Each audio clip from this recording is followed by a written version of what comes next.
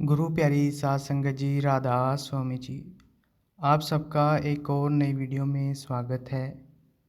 संगत जी, कल बाबा जी ने डेरा ब्यास में सत्संग फरमाया था। बाबा जी ने कल सत्संग में कुछ ऐसी बातें बोली कि पंडाल में बैठी सारी संगत सोचने पर मजबूर हो गई कि बाबा जी ने ऐसा क्यों कहा। तो संगत जी, वीडियो को आखिर तक ज़रूर देखिएगा और अगर आप हमारे चैनल पर नए हैं तो चैनल को सब्सक्राइब ज़रूर करें जी। बाबा जी ने कल तीसरी पातशाही जी की बाणी ली थी। हर की पूजा दुलंभ है संतो, कहना कछु न जाए। बाबा जी ने फरमाया कि यह गुरु घर की बाणी है। तीसरी पातशाही जी इस शब्द के जरिए हमें समझाने की कोशिश कर रहे हैं कि हमने भक्ति करनी किसकी है और कौन सा साधन अपनाना है। अब हम अपने चारों तरफ देखें तो दुनिया में बहुत से धर्म हैं और हर एक धर्म की अलग अलग सोच है। हर धर्म सोचता है कि उसकी सोच सही है और दूसरों की गलत। लेकिन हम किसी भी धर्म ग्रंथ को पढ़कर देख लें, सभी ने उस एक की चर्चा की है। किसी ने भी ये नहीं लिखा कि मालिक दो या तीन हैं और वो मालिक मिलेगा तो हमारे अंदर मिलेगा, लेकिन फिर भी उस मालिक को बाहर ढूंढने में लगे हुए हैं। पुराने समय में जो भी संत महात्मा आए थे, उन्होंने अलग अलग समय में आकर मालिक को याद करने के अलग अलग नाम रख दिए। ये सब मालिक के जाति या सिफाती नाम हैं। बाबा जी ने उदाहरण देते हुए समझाया, जब 10वीं पातशाही जी मालिक के नाम लिखने लगे तो 1100-1200 अलग अलग नाम लिखने के बाद उन्होंने उसे इनामी कह के बयान कर दिया। आपने फरमाया, बलहारी जाऊं जेते तेरे नाम हैं। आगे कबीर साहब जी ने बाणी में फरमाया है, गट गट में हरजू बसे संतन कहो पुकार, सब गट मेरे साइयाँ सुनी सेज न कोय, बलहारी व गट के जय गट प्रगट होए। आपने फरमाया कि वो मालिक हर एक के अंदर विराजमान हैं। बाबा जी ने आगे कहा, जब भी संत महात्मा शरीर धारण करते हैं तो हमारे लिए उदाहरण बनकर आते हैं। शरीर को शरीर ही समझाएगा। ईंट पत्थर तो बोल नहीं सकते और जानवरों की हमें बोली समझ में नहीं आती। मालिक ने संत महात्मा भेजे हैं हमें समझाने के लिए, रास्ता दिखाने के लिए, ना कि माथे टिकवाने के लिए। आगे बाबा जी ने कहा, हम अक्सर सवाल जवाब में पूछते हैं कि मालिक ने ऐसा क्यों किया, वैसा क्यों किया।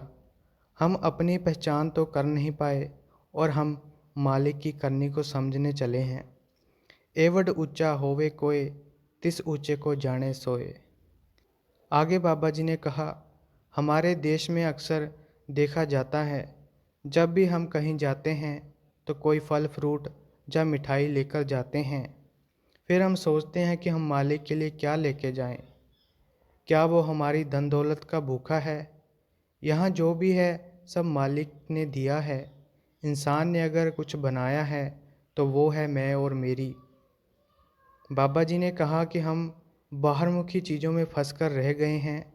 कभी आगे बैठने की कोशिश करते हैं, कभी हाथ लगाने की कोशिश करते हैं, कभी गाड़ी के पीछे भागते हैं। फिर बाबा जी ने कहा, गाड़ी के पीछे तो कुत्ता भी भागता है। बाबा जी ने कहा, चलो अगर सामने आ भी गए तो क्या हासिल कर लिया। अगर देने वाला ही देना नहीं चाहता तो क्या आप ज़बरदस्ती से ले सकते हो। हम समझने की कोशिश नहीं करते, तर्क इस्तेमाल नहीं करते। जो भी मिलेगा वो अंदर से ही मिलेगा। क्या हम सत्संग में हाजिरी लगाने आते हैं, जो समझाया जाता है उस पर तो अमल करते नहीं।